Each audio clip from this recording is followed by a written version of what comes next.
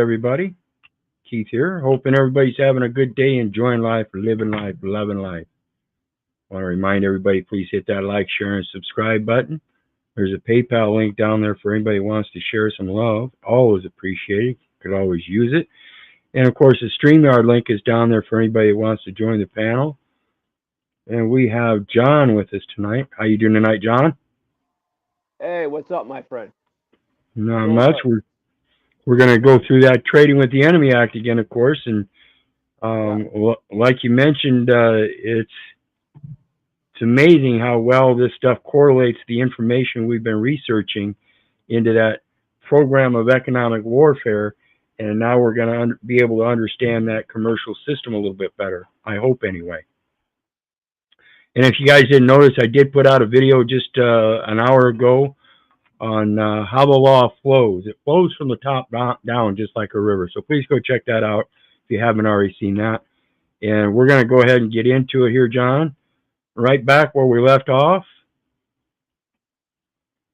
And the last thing we read was confident in the Trading with the Enemy Act's powers, the administration had no incentive to press for its extension, one congressman observed. So then it goes on to say the Trading with the Enemy Act had become widely recognized, at least among career civil servants, as a ready tool for economic warfare. Career civil servants. So the career civil servant, is that the guy that goes out and gets a job at McDonald's flipping burgers and cleaning up and stuff and works his way up through management and corporatocracy and becomes the executive? Or anywhere along that line? Where's the cutoff line of career civil servants?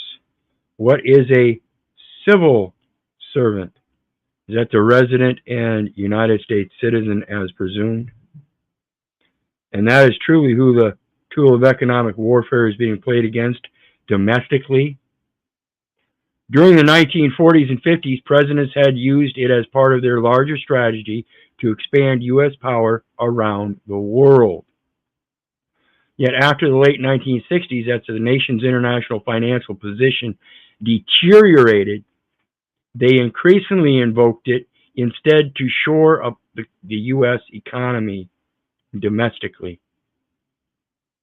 This is where, after the New Deal and all of those implementations after the bank run and the Emergency Banking Act, they got everybody convinced that they could enter into that system as civil servants, and they're somehow something different than a federal government employee or contractor, and they would receive benefits through the Social Security program. Labor, employment, civil service. You entered into contracts that put you in that displaced you, dispositioned you from your actual authority at the top. And now you've succumbed to everything, and now you seemingly have to start at the bottom. No, you can get out of it by knowledge. And that knowledge has to come from the top and trickle down. With the cost of the Vietnam War and the Great Society eroding the nation's balance of payments, on January 1st, 1968, Lyndon Johnson cited the Trading with the Enemy Act and Truman's 1950 Declaration of Emergency in order to place controls on capital exports. So again, it's domestic capital exports. And they are placing controls on them because you entered into contracts with the public service for that exportation. You have the right to export them yourselves under customs laws, which is carried out through the Postal Service and not the administrative services of a state. In 1971, Richard Nixon aimed to weaken the dollar, thereby making U.S. exports more attractive to foreign buyers.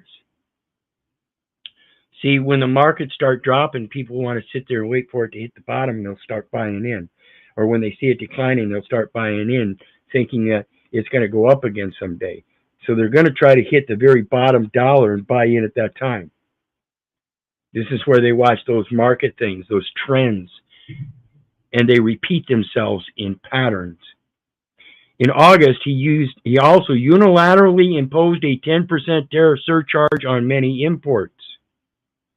Nixon proclaimed the existence of an emergency and claimed authority under statutes, including but not limited to the Tariff Act of 1930 and the Trade Expansion Act, prior to the New Deal. The president did not cite the Trading with the Enemy Act directly because he was scheduled to meet with Emperor Hirohito of Japan, the nation most targeted by the surcharge. Sounds like underhanded dealing to me. Discussion of the act at meeting might have provoked awkward. Discussion of that act at that meeting might have provoked awkward. The surcharge was in place less than half a year. Nixon revoked it in December after other nations agreed to inflate their currency against the dollar.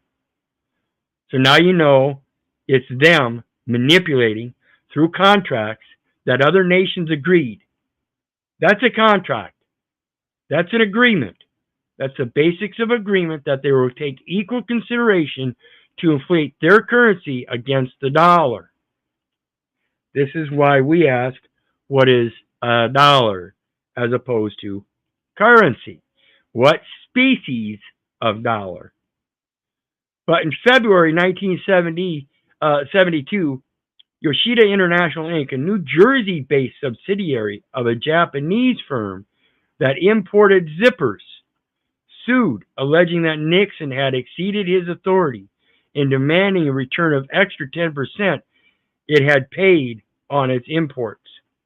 This would be a test case of presidential powers and one with important financial ramifications. A victory for Yoshida would result in refunds to all affected importers. In other words, it would act just like a class action suit, totaling some $500 million, nearly $3 billion in 2016 dollars. In 1974, a three-judge panel, a tribunal. So you have a right to a jury of your peers before a tribunal of the U.S. Customs Court, not an administrative court, ruled for Yoshida. Neither the Tariff Act nor the Trade Expansion Act gave the president authority to set tariff rates without congressional approval. This is what makes the Administrative Procedures Act unconstitutional.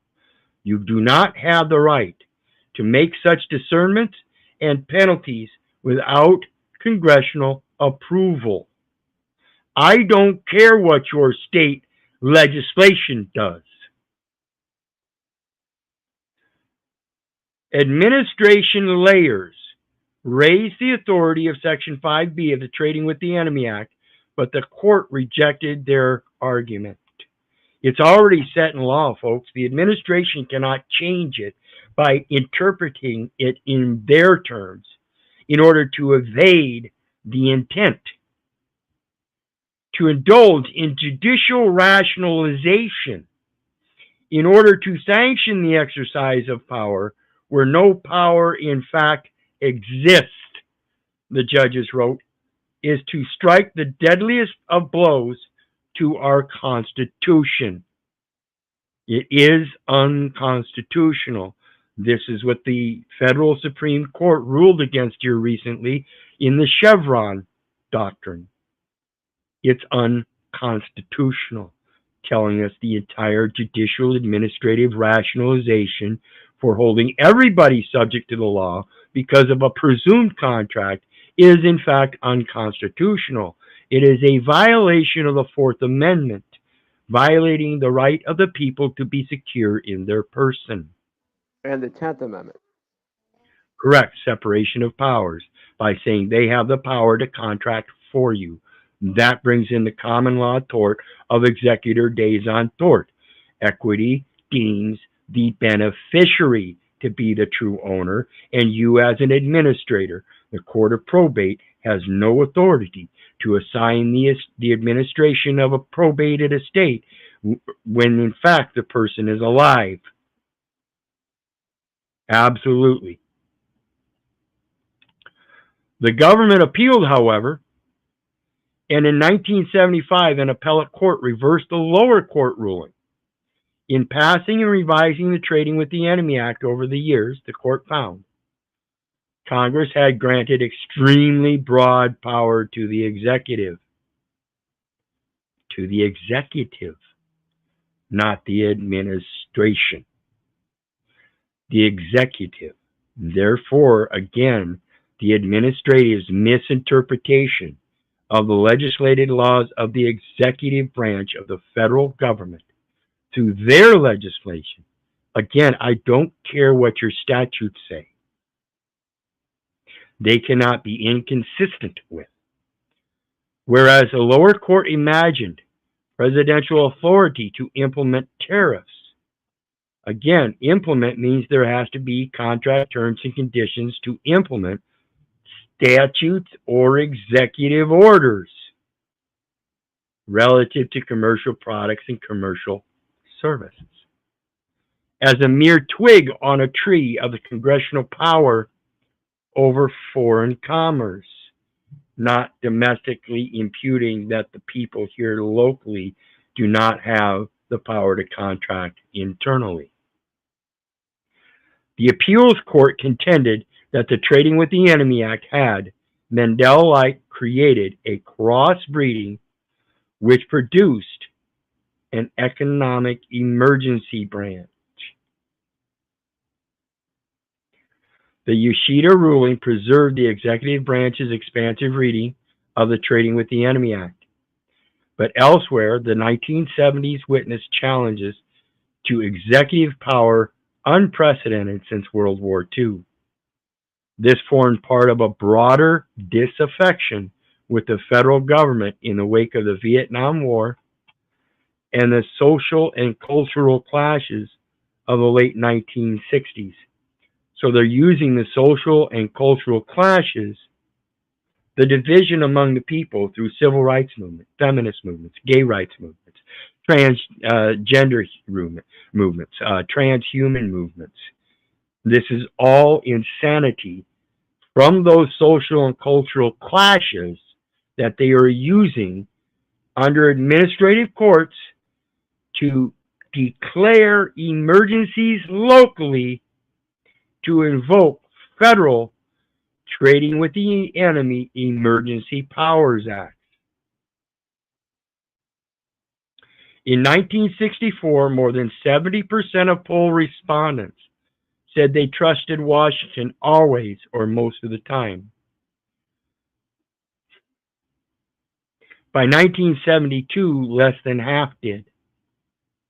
And by 1974, after the Watergate scandal, the percentage plummeted into low 30s. Revelations of domestic spying, foreign assassination plots, and other sordid CIA actions, along with Nixon's claim of presidential immunity, enhanced fears of executive power. Arthur Schlesinger Jr., who had made a career of writing histories that extolled the value of activist presidents, coined the phrase imperial presidency to warn the public. What did Trump recently say? If you vote me, if I'm president, you won't have to vote again. Yeah, something like that. Voting is already set for 4 years, every 4 years. Why would you placate that you would get rid of that voting system? That's what it sounded like to me. That might be a good, deep interpretation that isn't true. And that's why I'm only questioning it. But I think it's a serious question, again, when we pay tribute to a false patronymical society. Social and cultural societies that provide those clashes for that false patronymical entity to step in and claim power. In this environment, a resurgent Congress challenged unilateral executive power. A series of laws established new oversight for intelligence operations, expanded public access to executive documents, put limits on campaign financing, and defended legislative control of the budgeting process, the general ledger, which remains an active duty of the Postal Service. In 1973, Congress displayed a new solicitude for its own institutional honor by passing the War Powers Resolution over Nixon's veto in an attempt to limit the president's ability to use unilateral military force. And I think this is a very good detail part that we need to look at again when we talk about that unilateral military force under the corporate entity of the president and his power to supplant the power of each and every state independently, domestically, within its borders, to activate its National Guard and its militia. Very big difference. Again, why I talked about if this government becomes so despotic, each state has to recognize the power of its militia to call forth that power of the militia to fight against such despotic government. And that is, in fact, the culmination of a civil war where we had the North against the South. That's exactly what they did. The states that decided they wanted to fight against that presidency, that military style of government back then, before we even had that setup of the United States military. You have to be able, as a militia, to be able to then stand in and create that new form of government, or at least rebuild it with your people by filling those offices. And that's the one thing that did not happen. Congress walked out, sin die, and nobody walked in and filled those offices. You have a republic if you can keep it. We now have a constitutional corporate military under a different constitution, of course. There's two of them, by the way. It made sense in this context that presidential emergency powers would come under increasing scrutiny.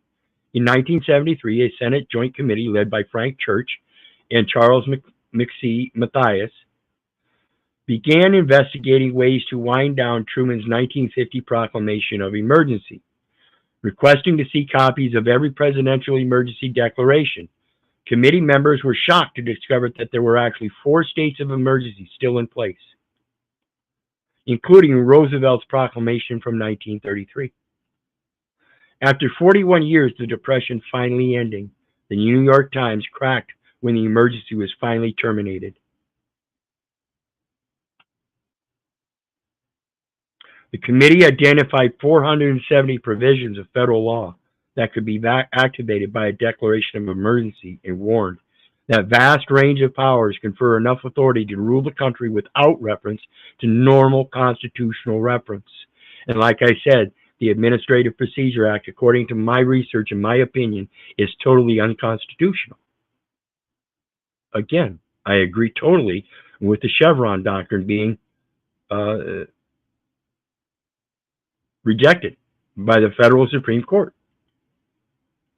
The Washington Post described the committee's report as the blueprint for an American dictatorship. Alarmist statements from other newspapers followed. In Philadelphia Inquirer, for instance, warned that it was perfectly legal for the president to start seizing private property, taking control of broadcast stations, and issue orders restricting travel.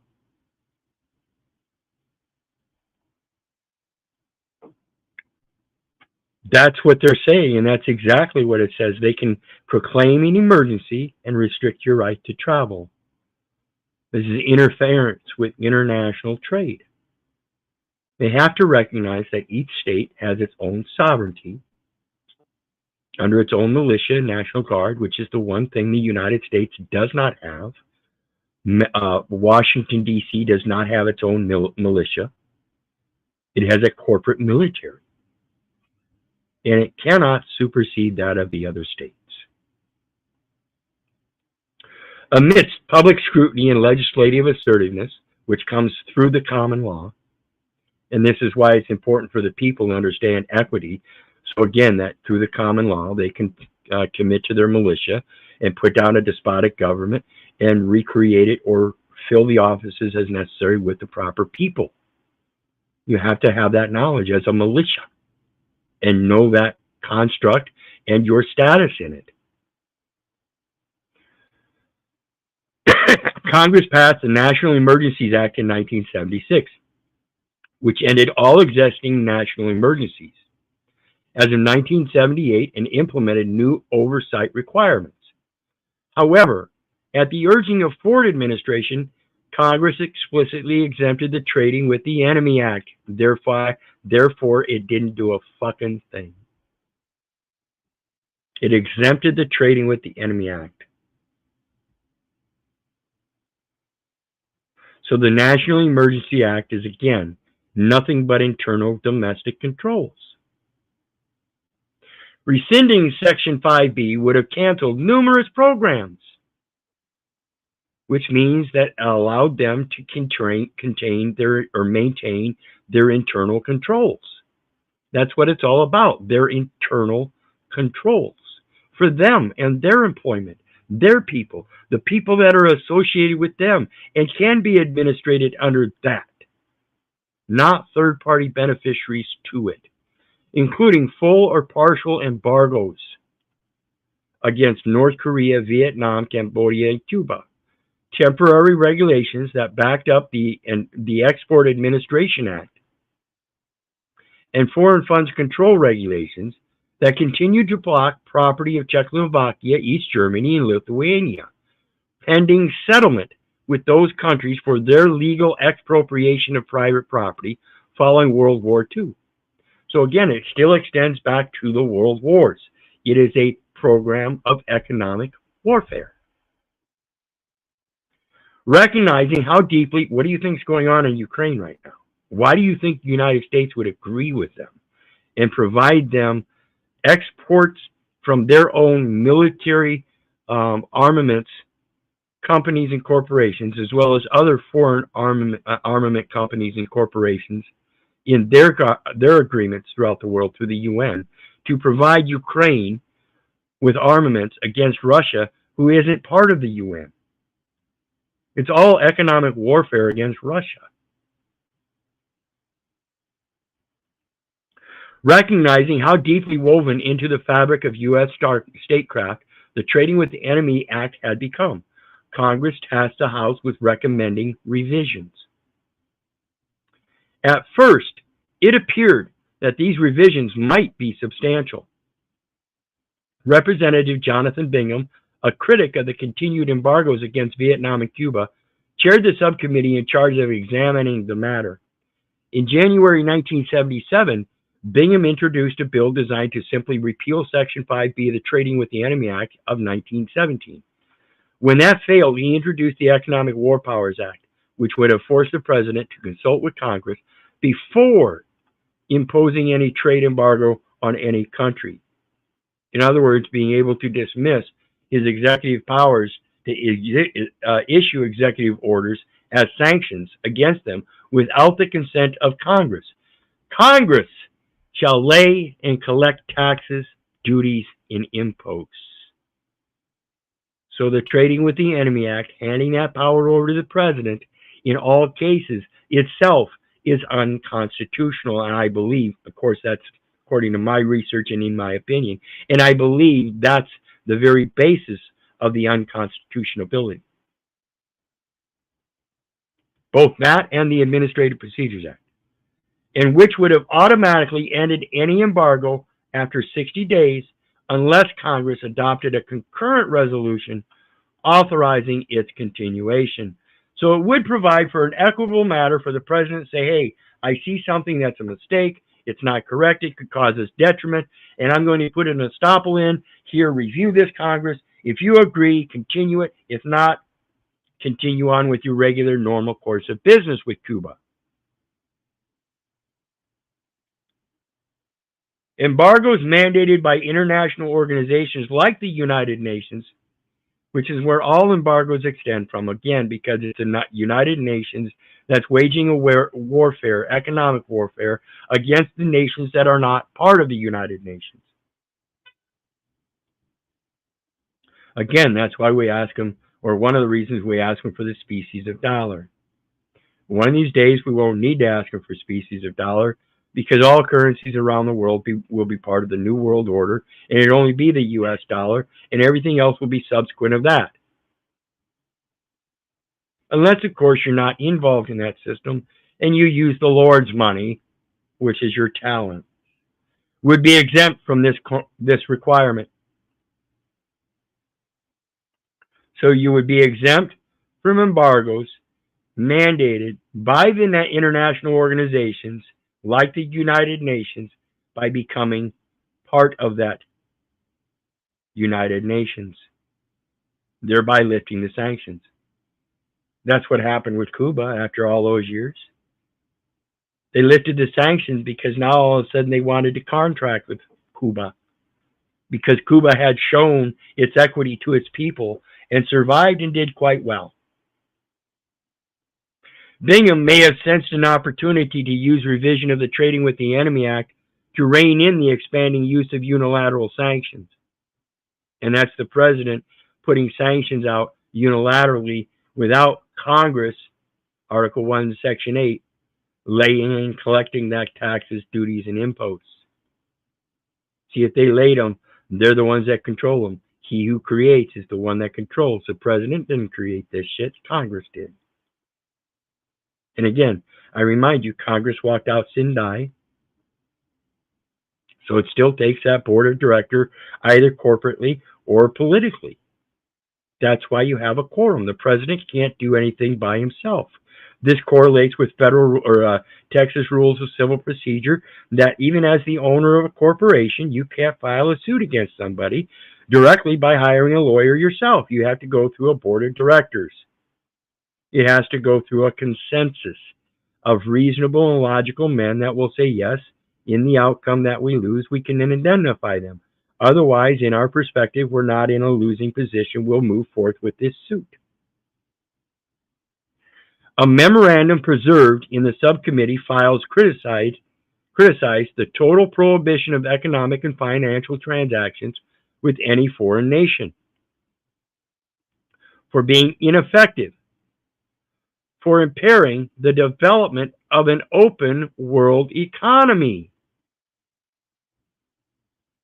See, what do you suppose happens when you take a country as a new world order and you get involved and help them out, like Ukraine, and then decades down the line they realize, wait a minute, we no longer even have our own sovereignty because we gave that up to a corporate fiction by registering a charter in the UN.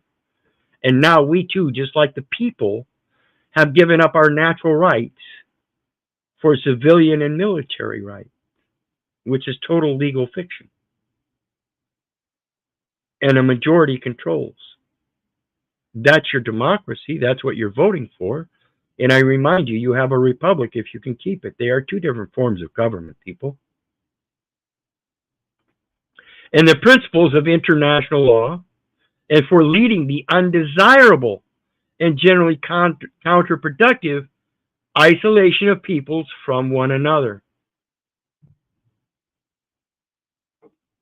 This is again that resident United States citizen in the passport situation in regards to, do you need a passport to leave the government or leave this country? Is it desirable and generally counterproductive?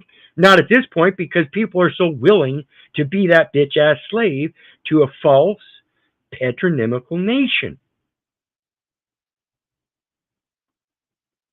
When Carter administration officials testified in favor of retaining most of the provisions in 5B, Bingham exploded.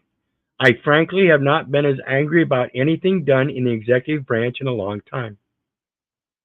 Yet interbranch conflict quickly fizzled. The administration would compromise with promise. Representatives from the state and Treasury departments promised. Rather than than rely on outdated authorities like Truman's 1950 Emergency Proclamation, the president was now willing to declare a new state of emergency whenever required. Who's going to require it? Again, this goes to that social and cultural division that they see at the local levels through the administration, that they then declare an emergency and request of the president to follow and order such declaration of emergency. You're doing it yourself. The president doesn't do this domestically on its own.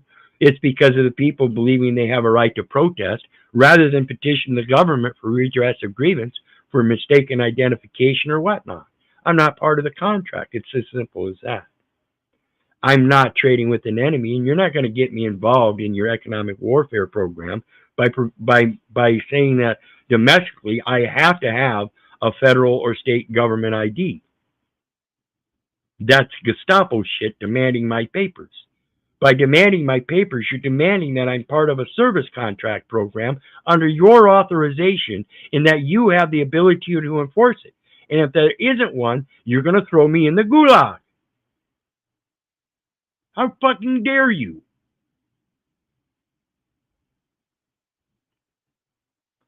He would inform Congress and the public under what we have proposed. Treasury official C. Fred Bergston promised there would never be a situation 20 or 25 years from now where any member of Congress would make the charge which you now quite rightly raise.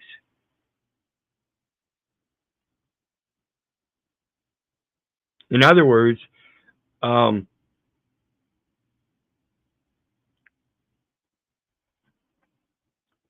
there would never be a situation 20 or 25 years from now that you couldn't declare an emergency.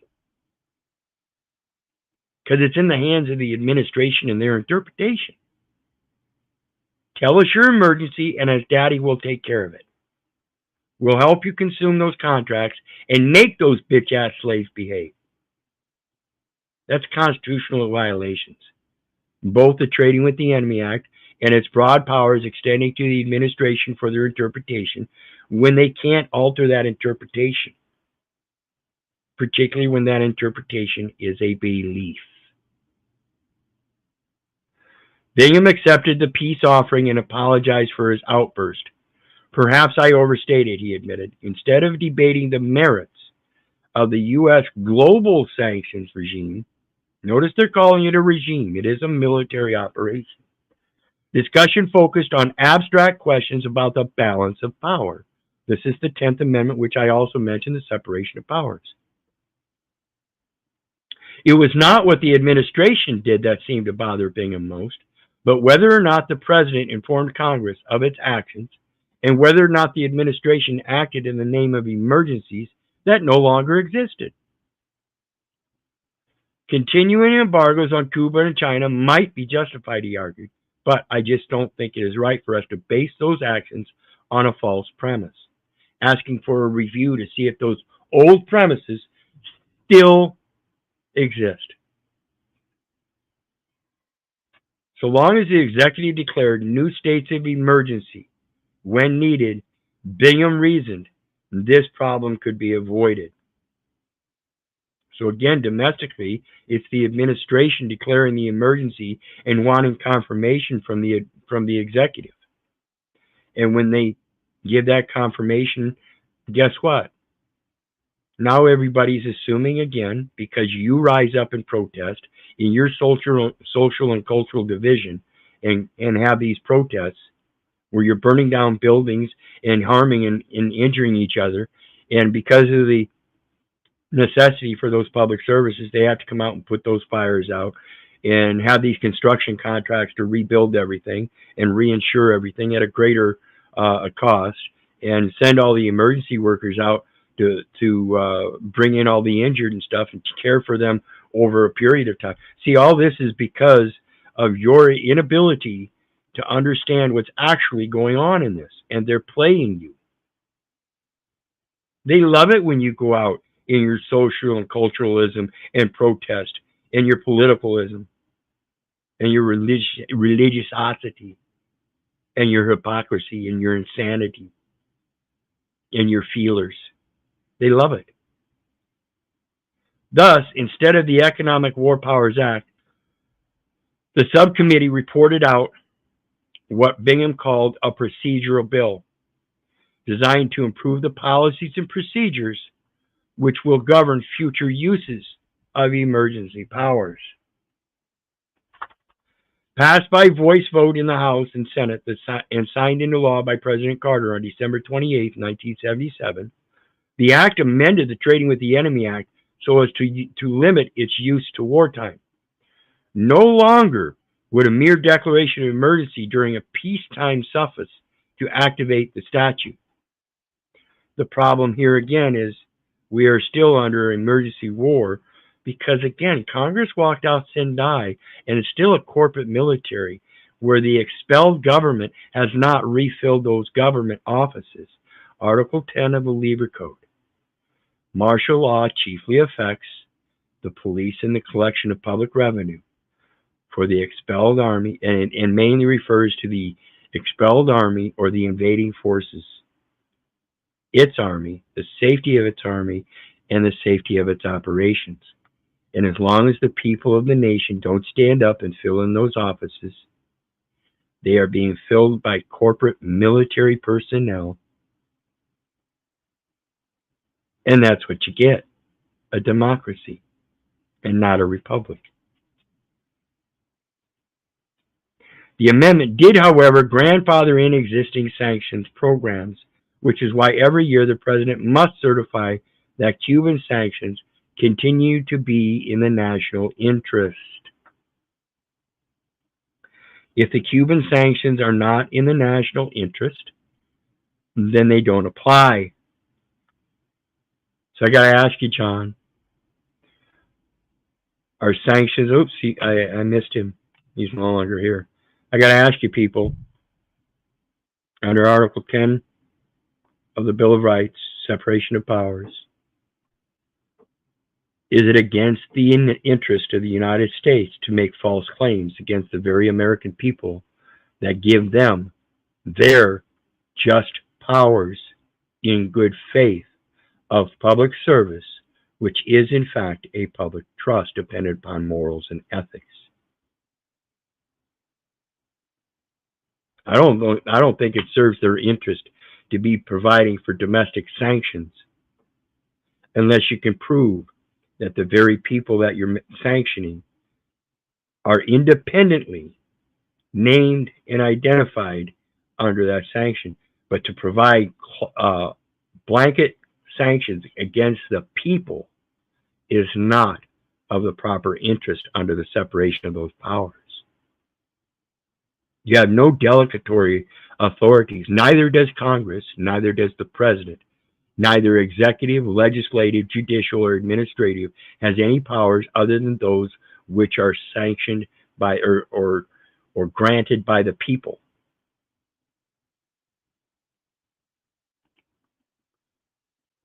At the same time, however, Congress passed a new law, the International Emergency Economic Powers Act. How far do you think this new world order has now expanded? Because now Congress is making a new law, the International Emergency Economic Powers Act, which reinstated most of the provisions of the old law, Section 5B.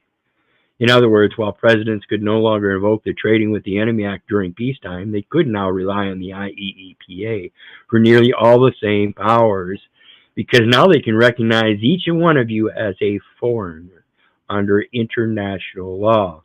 They are recognizing and stating here recognition of international law.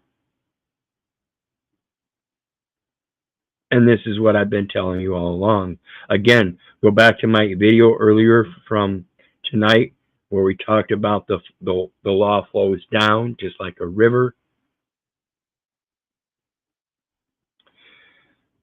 Which reinstated most of the provisions. In other words, presidents could no longer Congress did add a few constraints. Under the IEEPA, the president could freeze but not seize. Remember here recently we talked about freezing assets by selling them off to a trust. where the trust holds the assets, that's a freeze. Nobody can make a claim on them because the trust has a claim on it because it issued a promissory note for that value first. You're holding that promissory note produced by the trust, therefore you hold the first lien. They can't seize it. They got to go through you first. Foreign property, because it's your property. And it is recognized as foreign, not private. Doesn't matter whether it's public or private, right? At this point, it's foreign. Now, if you can find out that I'm involved in that public contract, then you might have access to it after my first lien. So then we can liquidate it and make all creditors whole. That's the process. Could not target purely domestic transactions. Had to consult with Congress before issuing new declarations of emergency. And could exercise powers only under a relevant declaration of emergency. So, domestic transactions could not target purely domestic transactions, means it can target all transactions. And in that, if they find domestically people that they can take their property from, again, it would have to be contracted. But in practice, and therefore there would have to be a name attached. But in practice, these restrictions amounted to very little. These restrictions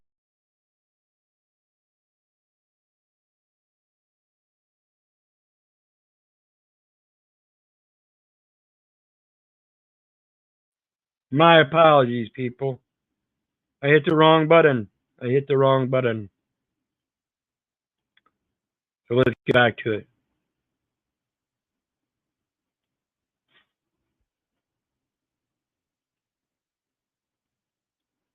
But in practice, these restrictions amounted to very little. In 3 cases in the 1980s, the Supreme Court invalidated many of the IEEPA's limitations on executive power. Dames and Moore versus Regan granted the executive broad discretion to dispose of seized property. So this is after the fact that it's already been seized.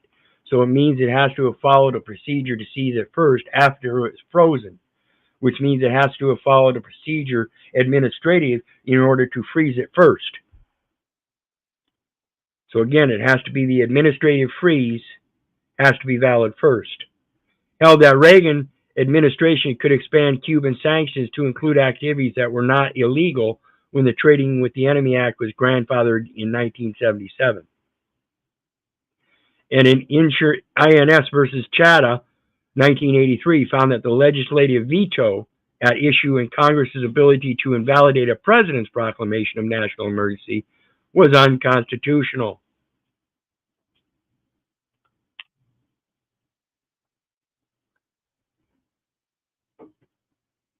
They're saying it was unconstitutional for Congress to legislate and veto the president's proclamation to lay a sanction. Congress shall lay and collect taxes, duties, and imposts. And so we find a president proclamation laying sanctions, which is the same thing as laying and collecting taxes, duties, and imposts through the contracts thereof. That's the constitutional issue.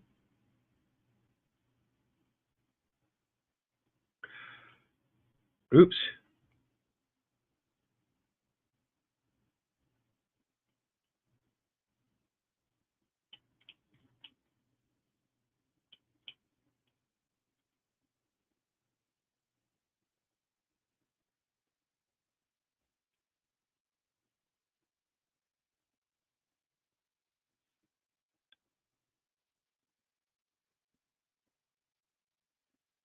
Okay, combined with the retrenchment of congressional activism since its 1970s peak, these rulings mostly erased any limitations on executive discretion. Once again, by 1987, a legal observer could claim that the president's powers to impose economic sanctions on foreign countries under these statutes are practically unlimited. Strikingly, while the executive had been reluctant to use the Trading with the Enemy Act outside of the most serious circumstances, presidents have used the IEEPA with abandon. By formalizing the process of emergency rulemaking, Congress seems to have encouraged it.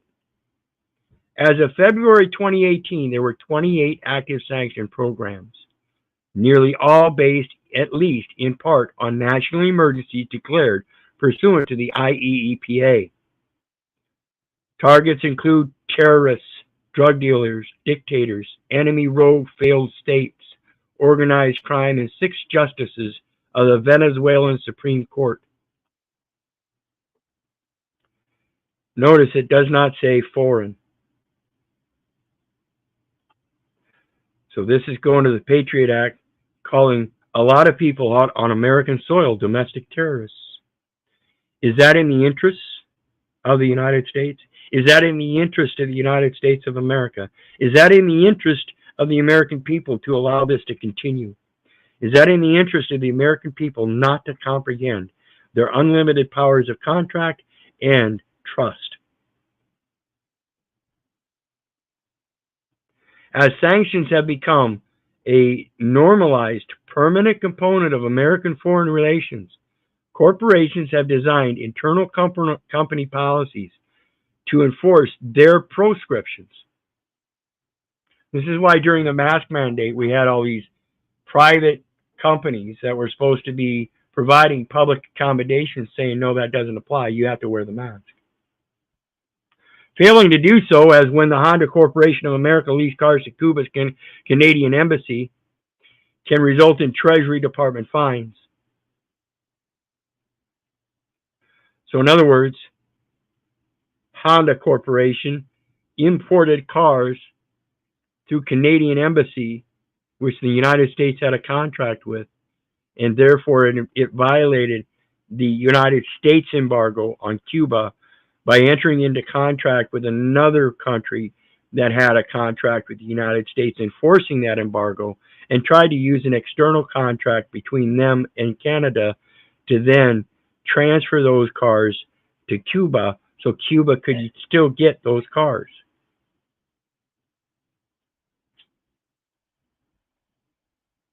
Why not just contract with them directly? That would be violation of the UN Charter as well. Either way, it would be a violation of the UN Charter. That's what this is all about. Worldwide program of economic warfare led by the United States. Can result, thus the legacies of the Trading with the Enemy Act stretch far and wide. For example, Iranian Zumba instructors have had their license revoked because U.S.-based Zumba Fitness fears running afoul of its sanctions. Meanwhile, Trading with the Enemy Act remains on the books. In October 2016, a leading sanctions expert warned that if elected President Donald Trump could unilaterally impose a new tariff regime by citing, among other things, the Granddaddy Law, the Trading with the Enemy Act of 1917. This is what he was talking about. If somebody decided they were going to impose 30% sanctions, he said, well, he would impose 100% tariff sanctions. You want to be ridiculous? We're going to use a ridiculous law to impose ridiculous sanctions on you. This is the insanity of not knowing how to contract yourself, folks. If you learned how to contract yourself, you'd do as I did in my younger days. And when I had those public contracts and I was running my own business, sales and marketing, in those very contracts that I was writing up, I wrote in that 10% of all proceeds coming in from this program, this entertainment program under these contracts, would be forwarded as a donation to a certain program in the local community, a nonprofit organization that exists on donations alone. Therefore, my taxes were paid in a different form, but yet are recorded in the contract prior to anybody else's claim or lien. That's how you contract. And then the IRS can't come after you. I-9, and it goes to a file 13. The guy doesn't really exist. You have no interest in collecting taxes from him. He's honorable and integral, comes with equity, and pays the taxes up front, prepaid. Comes with indemnification contracts, indemnifying everybody that might be involved if I cause them harm, damage, and injury. Prepaid insurance, prepaid taxes. You can do that in the contracts, and you can do it without involving the third-party contractors that believe they have to provide the insurance, indemnifications, and required to be paid taxes for doing so. Legal experts have disagreed, but given the twists and turns of the last century, it would be difficult to rule anything out. In any case, sanctions became a key political flashpoint in the first year of the Trump administration. Alleged Russian collusion with the Trump campaign seems to have been motivated at least in part by desires to relax sanctions against Russian nationals, many of which were imposed under IEEPA. The Trump administration and Congress have since sparred over whether or not to impose additional sanctions on Russia for its attempts to interfere with the U.S. political system. This is why Ukraine was invaded and what Trump was fighting for. In those contracts that they already had, they already had access to those national treasures that Ukraine has in part of their economic contracts. Mineral rights and all that to the oils and natural gross domestic products. Now the United States, under Biden, instead of enforcing those contracts and letting them know that they don't have anything to worry with Russia, now they're providing military armaments and staying out of it by just providing military armaments. You guys don't understand what's going on with the presidential election. It's all been the Trading with the Enemy Act all the way along as a program of economic warfare, not only against you or against foreign countries, foreign nations, but against you as well. And it's attempt to interfere with U.S. political system because you've interfered with U.S. political system by agreeing and admitting to be a little bitch-ass slave to that political system. And again, folks, I'm not saying it's just you. I was a bitch-ass slave for a long time. I didn't subject myself to the political system so much, but I did fall victim to that commercial system by not comprehending how it's worked and basing that whole life on a resident or United States citizen, which is the political system. I didn't realize my part in it. Now that I understand that, and I'm invalidating those various different parts as we go along, I can only hope that others can see what we're doing, what I'm doing here, and hope that you too can do your research and do it for yourself. Presidential discretion over the implementation of sanctions gives these debates extra importance. Again, that's that federal acquisitions regulations that I again mentioned in the video earlier. Contract terms and conditions required to implement statutes or executive orders, hyphen commercial products or commercial services.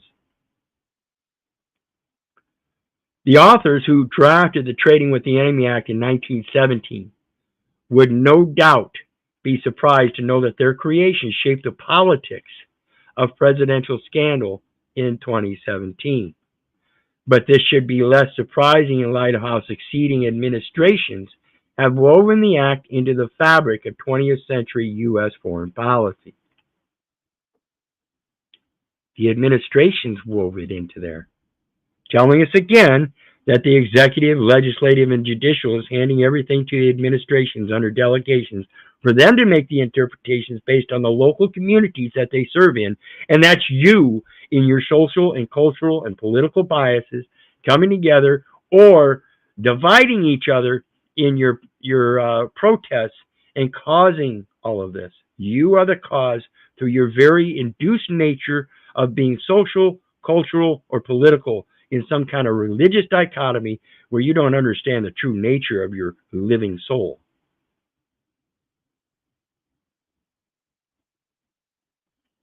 This seemingly limited law designed early 20th century wartime, or designed for early 20th century wartime, went dormant rather than expiring at the end of World War I. only to reemerge to justify state authority for a widening array of powers, including that domestic terrorism. Like I said, they see it on the local level. You don't have the right to protest. You have the right to petition the government, and that means correcting the records. Seeking legal precedent and authority for their actions, presidents and their advisors found the act both highly useful and sufficiently malleable. And while the law was invoked in the context of presidentially declared emergencies, congressional and judicial acquiescence have also been essential to the exercise of this executive power. So again, understand that even at the executive level, the executive power is merely a commercial power. It's a uniform commercial code, and they are expressing it through trading with the enemy, through the safety regulations administered through the military, a United States corporate entity, and their contracts. Nothing more and nothing less, folks.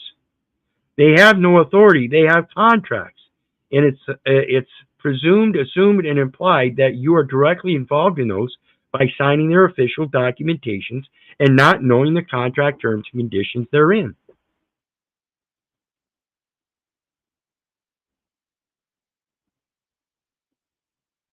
The secret and surprising life of the Trading with the Enemy Act reflects Americans' embrace of sanctions as part of a global strategy to construct and preserve an American world order. Again, do not be deceived. American world order. One day you will not be professing American, or African American or Jewish American. Kunta Kinte. You will either be American or you have no nationality. Do you see where we're going? So again, I ask you truly, are you American or are you a child of God, sanctified and ordained, a prophet unto the nations before you were formed in the belly, because that's when he knew you. That's when he communicated with you and wrote the word of his love on your heart, the index finger of his right hand, before you came as forth out of the womb of your mother, who bare you in labor pains. What is your armorial bearing as it relates to the Second Amendment of the Constitution?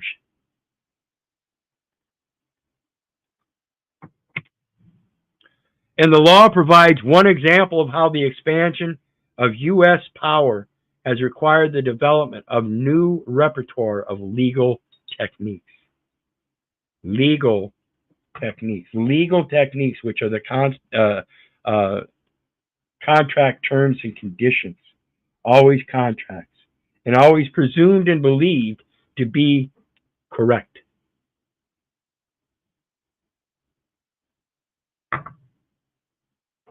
Other statutes, many with secret lives of their own, deserve to have their stories told as well. Collectively, they can help the historians understand how the repurposing of laws designed for one goal often serves others. A process that has helped to construct the modern U.S. state in the American century. As peacetime has become a permanent wartime. As peacetime has become a permanent wartime. Do you understand the babble that they are placating here, folks? As peacetime has become a permanent wartime. They are stating that they believe it to be a permanent wartime. Therefore, when we have people like President Trump come in and end the wars, guess what? That ends the permanent wartime. Now they need a reason to invoke the Trading with the Enemy Act again. They have to have a reason to demand those national documents. They have to have a reason to be able to pull you over and ask for an ID. Without the Trading with the Enemy Act, they don't have a reason to pull you over and ask you for an ID. So I have to ask you people, when they pull you over and ask you for an ID, Are they using the Trading with the Enemy Act as a program of economic warfare to get that ID so they can charge you economically for doing something wrong? That is the basis of economic warfare, by placing a sanction on you domestically that is not in the interest of the American state. Not in my opinion. Not if it's regulated by the people. The century-old legacy of wars past continues to shape the present because you keep living in the past.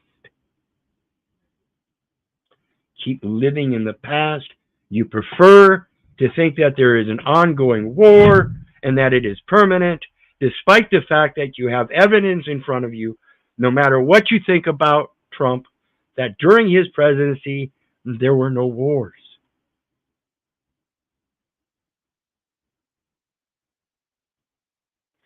So again, in 4 parts, I believe we ended the Trading with the Enemy Act. The rest of it is all references. Let me go grab that and drop the link on that again, just in case anybody wants that. The Secret Life of Statutes, A Century of Trading with the Enemy Act. The American Century. And there you go, folks. And with that, we come to the end of our series. I hope you do your research and review and pay attention and ask questions. We can continue on this forever because this is what it's about. I want to pull that back up. Let me pull that back up here real quick and read that last statement again. As peacetime has become a permanent wartime, the century-old legacy of wars past continues to shape the present. How is it a century-old legacy? See, that shows that as this statement, as peacetime has become a permanent wartime, the institution of the Trading with the Enemy Act in 1917, over the century, the very institution of it makes this statement of as peacetime has become a permanent wartime. It made that statement that they were intending to continue on a permanent wartime by using those sanctions to control the world. And they're getting very close. That's your American century. That's what this American country, preserve an American world order. That's what your founding fathers came for. Preserve an American world order. That's the way they're interpreting it still.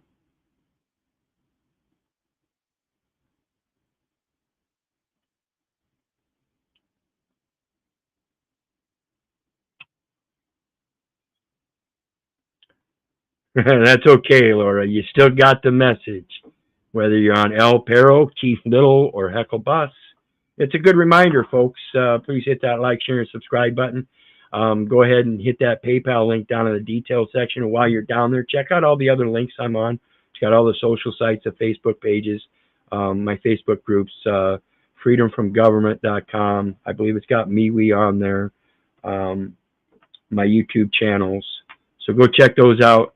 Catch me in a lot of different places, not just on the video platform here, StreamYarding to YouTube, but those other social platforms where I've been propagating my research for 8 years on Facebook. And Freedom from Government is Malika Dulce. Go check that out. That used to be Trent J. Goodbody with all the license plates. Then he went into IDs. He sold up on that, and Malika Dulce now operates that, and it's a great program. We've got a lot of successes going on in there by people learning how to do their own paperwork and giving private notices in the private by accessing that equity that I was talking about earlier. And again, as a reminder, go check out my other video I did earlier tonight on that very topic. The law does not flow down from the bottom from the UCC and go up. It flows from the top. If you want equity, you must first come with equity. Equity imputes an intent to fulfill an obligation, and therefore, as beneficiary is deemed to be the true owner and can settle the estate, he has to be able to administrate it, and in order to be able to administrate it, he has to understand the contracts of the obligation underlying it. So, yes, the hardest part is the paperwork. And that's where I say, coin your words or purse your lips. And again, in the beginning was the Word, and the Word was with God. And that's the only place they get all of their laws, all of their codes, all of those different jurisdictions. And like I mentioned in the video earlier, the law is construed to be uniform throughout all the jurisdictions. That means it doesn't travel from the bottom law. It travels from the law. Owe no man anything but to love one another. So if you find yourself in a contract law that's being detrimental, something went wrong. So, you guys know me. I love you. But I don't give a rat's ass whether you love me back. And that's to say, I don't care if you hate me. I don't care if you don't respect me. That's on you. So may God love you. God bless you. And have a good night. We'll see everybody next time. Bye now.